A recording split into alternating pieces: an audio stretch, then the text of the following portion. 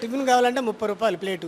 5 రూపాయలకి భోజనం ఇవ్వాలి ఎవరండి? మరి ఏం చెప్తారు చంద్రబాబు నాయుడు ప్రతి పేదవాడు పస్తులు ఉండకూడదు, ప్రతి ఒక్కరు భోజనం చేయాలి ఉద్దేశంతో అయితే అన్నా క్యాంటీన్లు పెట్టడం జరిగింది. ఆయన ఏం చెప్తారు? పేదవాడికి ప్రతి కార్మికుడికి కడుపు నిండా భోజనం వస్తుందండి.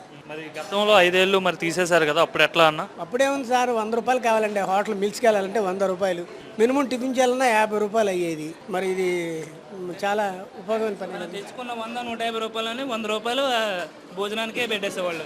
ఇప్పుడేముంది 5 రూపాయలు. ఇప్పుడు మధ్యాహ్నం భోజనానికి వచ్చాం, మళ్ళీ మా పనికి మేము వెళ్ళిపోతున్నాం. శుభ్రంగా 5 రూపాయలతో మాకు కడుపు నిండా తింటున్నాం.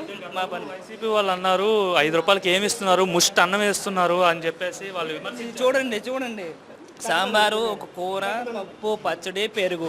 ఇక ఎందుకంటే మన ఇంటికాడ కూడా ఎంతకంటే ఎక్కువ ఏమి తింటామా? ఇంటి దగ్గర తిన్న అదే భోజనం కదండి. అదే 5 రూపాయలకు మనకు దొరుకుతుంది, హ్యాపీగా కడుపు నిండా తింటున్నాం. ఇదైతే మంచి పథకం. అందరికీ ఆకలి అన్న వచ్చిన వాడికి 5 రూపాయలకి కడుపు నిండా భోజనం తింటున్నాం. అది అంతవరకు.